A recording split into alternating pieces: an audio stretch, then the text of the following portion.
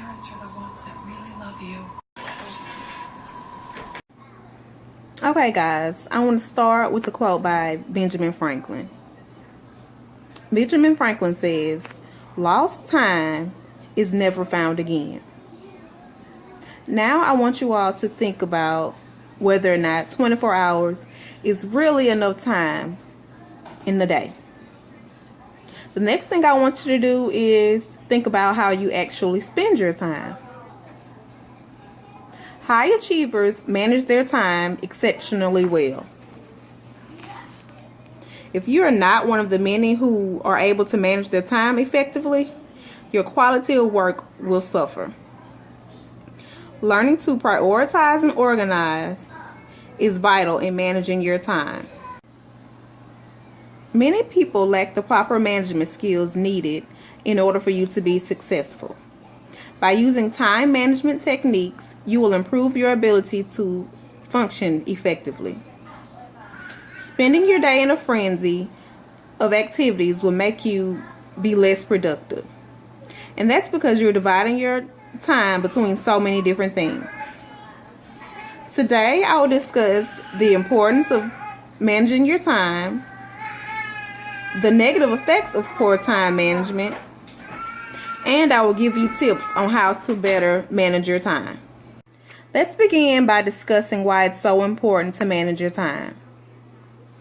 Failing to manage your time makes you less productive and less efficient. If you're not productive or efficient, you're going to be lacking proficiency on your job. You do things like miss deadlines, you'll be late for meetings, even late for work. If you do those things, you'll gain a poor professional reputation, which will lead to a stalled career. No one wants that. With that being said, you must concentrate and focus. Shut out all distractions. According to Donald Wetmore, the average person gets one interruption every 8 minutes. Now think about how many interruptions that is in an hour and even in the day or the work week. That's a lot of distractions. There are things that you can do. Once you begin to concentrate and focus, the very next thing that you should do is stop multitasking. Shut down your email windows on your computer and even let the voicemail pick up some of your calls if you can. According to TimeManagementTale.com, 1 in 10 Americans are addicted to email. Let that sink in. It may be you. Now let's discuss how to solve the problem. The most important thing that you can do is value your time.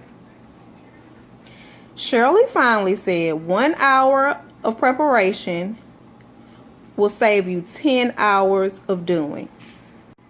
With that being said, you want to set goals.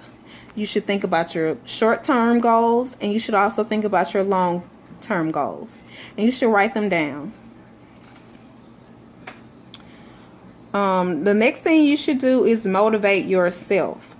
If you set a goal, let's say you set a short-term goal and you reach that goal, you should reward yourself. You could do things like take a special lunch or even make a small purchase. Just something to make you feel good. The very next thing that you should do is prioritize. Prioritization is an important skill that you will need to make the best of your efforts. One way to prioritize is you can delegate to others that work with you. 9 times out of 10, people will be more than happy to help you out. According to mytimemanagement.com, delegation is about using your time more effectively for what's important to you. By doing all of those things, you will build a better professional reputation, which will equal to increased opportunities for advancements. You may be able to do things like lead a project or even a promotion. By doing these things, you will be able to build a better professional reputation, which will equal to increased opportunities for advancement. You may be assigned as the leader of a project. You may even gain a promotion. So overall, you will achieve important life and career goals. Now, I know a lot of people object to this because they say they're already spread too thin. They don't need anything else added to their schedules. But scheduling your schedule will work for you, I promise. But what you have to do is realize what's important to you and work towards that. Now let's discuss the positives and negatives of having good time management skills. A positive is you'll avoid failure, and that's the ultimate goal. But on the other hand, failing to manage your time will lead to undesirable consequences. If you exercise poor, inefficient work quality, you will be deemed an incompetent employee, which can lead to a demotion and even you possibly being fired, and we don't want that. It can also lead to higher stress level. As found on keyorganization.com, women are more likely to be stressed than men, so keep that in mind. When you're stressed, you become tired, you lack motivation, you can't concentrate, you're just thrown off. Now that we've discussed why it's important to plan, how poor time management skills can yield negative effects, and I've given you tips on how to better manage your time, let's get to work. What I'm going to do is I'm going to provide each of you all with a journal so that you can write down some of your goals. I challenge you all to write down at least 5 goals. Once you get those goals written down, now it's time to prioritize. Which goal is more important? Put them in order from least to greatest. I know most of you all have smartphones, tablets, computers, and those things are equipped with to-do lists as well as calendars. So what you all should do is start using them, put those things to use. What you have to do is plan your day, plan your week, your month, however you need to do it. Now you will need to have a little flexibility within your plan because things do come up. But planning is something that's very important.